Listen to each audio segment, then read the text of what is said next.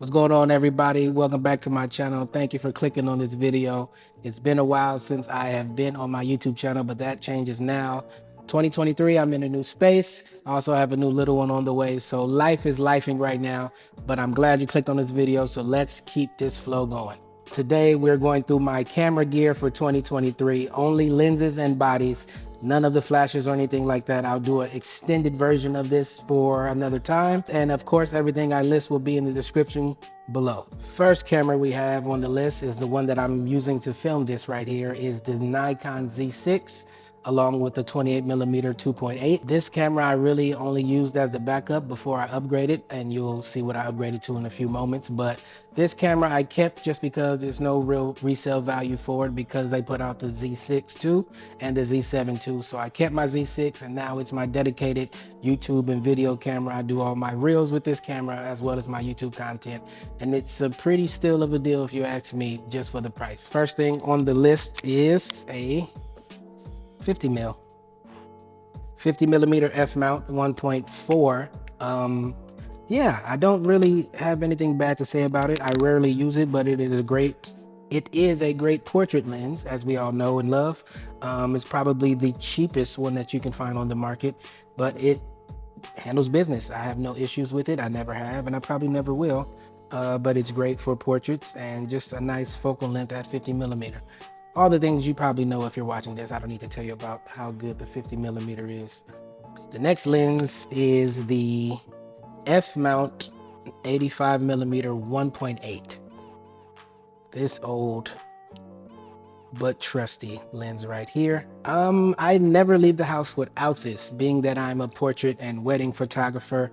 There isn't many scenarios where I won't need an 85mm, whether it's for portraits or just to get a nice compressed image. Nikon just announced today the 85mm 1.2, which I'm so excited about because I have been holding out with this old guy to wait for the 1.2. I know they had a Nikon 1.4 for the F mount, but I wanted to skip that because I knew the 85 1.2 was coming. So now that it's here, I will definitely be upgrading my kit with that as soon as I can. But yes, 85mm 1.8. First body is the Nikon Z7. This camera I bought refurbished last year, 2022, because I needed a backup camera for weddings. Yes, my Z6 works, but I prefer the Z7 because of the color profiles. So Nikon Z7 has a 45 megapixels, and yes, it's my go-to backup camera, and it's much smaller than the camera I have coming up. Nikon 105mm 2.8. This I specifically use for ring shots at weddings, and also I use them for corporate headshots. Not only am I a wedding photographer, I do portraits and sports and everything in between, but I'm mostly known for my wedding photos. So this is ring shots. Take the hood off. This is for ring shots, and if you want to do headshots very sharp, I know a lot of people use the 70 to 200 for headshots, also the 85. But if you want to stand out a little bit more, or give them a little bit more sharpness for your headshots, 105mm will definitely do the difference. Do the difference, make a difference, you get it. The next lens is definitely one I will be replacing soon, but every kit needs to have it. This is the old 70 to 200 2.8. One of the first versions. I can't even get credit for this on Nikon Professional because this is so old. So I will be upgrading this soon, but not that soon because I haven't been getting booked for sports that much. It's not really a priority of mine. So I have this just in case I need to get a shot on the courts. I do a lot of shots at the Drew League and other Nike events like that. So I keep it in my kit, but they will definitely be upgraded and replaced to the Z mount just because this is a fossil. This is very old. This is, yeah, you get it. I don't have to tell you. But yes, very important lens for sports and everything in between. If you want to be a second shooter for weddings as well, this is a great lens to have. So yeah, 70 to 200 2.8. And of course, no kit is complete without the 24 to 70 2.8. This was the first lens I decided to upgrade from F mount to the Z mount because I use it so often. Whenever I'm shooting a wedding, this doesn't come off of my camera. This is my go-to lens for every scenario, whether it's events, parties, headshots, birthdays. I have to bring this lens just because of the dynamic range it has. It covers a lot of focal length, so I can be extremely wide to get a group shot, or I can be extremely close to do something more intimate, more personal with an individual. So far, this is one of the greatest investments besides the actual camera that I use, and I'm in love with it.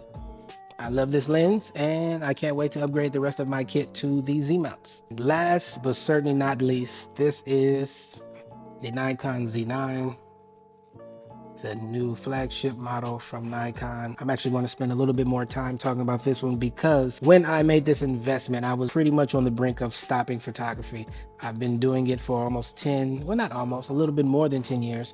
And I was getting real stagnant, and I was doing the same things over and over, and it was getting pretty boring. So this investment, more so than just spending a lot of money and getting a lot of specs, this was I can shoot anything with this camera. There's nothing I can't shoot. There's no scenario where I would be, oh, I'm not sure if my camera can do that. I don't know what it's capable of. This camera is capable of everything. 120 frames per second at its highest shutter. It's endless 8K video, which I haven't even used yet, and I don't know if I ever will use 8K video. But if there's a scenario where I'm on set, or if somebody needs a quick video and I can offer them 8K video, that just makes my invoice increase. This camera is absolutely amazing. I have been Team Nikon since I've started photography. I've never switched. So shout out to Nikon. If you want to send me something, go ahead. Another one of my favorite features is the silent mode. The silent mode is absolutely amazing. There are many scenarios where I'm on set and I'm doing behind the scenes images, and yes, there are other cameras that have other silence modes, but it's not really silent. It's quieter, but it's not silent. This camera is absolutely silent. I have to actually check to make sure it's still taking pictures if I push the shutter button, and it does nothing. It makes no noise, and it's amazing to me. But also something that I learned on the back end of the silent mode is if a flash is attached to the hot shoot, then the silent mode won't trigger the flash. So if you have it on silent mode, you have a flash attached, it will take the picture, but the flash will not go off. So that's one thing maybe Nikon should update the firmware for. But other than that, this camera is absolutely amazing. I am excited about the investment I made. It's worth every penny, and I look forward to hopefully getting another one. We'll see about that. So with all this gear and the other gear that I have that I haven't mentioned, you need a suitable bag that can carry it and protect it at the same time. So for 2023, I am using the Peter McKinnon Nomadic backpack. I think this is a 30 liter, not sure. And I'm not sure because I won the giveaway that they did around Christmas time. So I was one of the lucky 100 people who won this bag. I'm appreciative. Thank you, Peter McKinnon. Thank you, Nomadic, because I never win anything ever. Thank you for watching this video. I look forward to making new content for you, as this is a new space for me and I can't wait to be bad at something new. So leave your comments below. Let me know what you would like to know from a photographer in California using Nikon who has been shooting for 10+ years. I look forward to your comments. Be safe. Talk to you soon.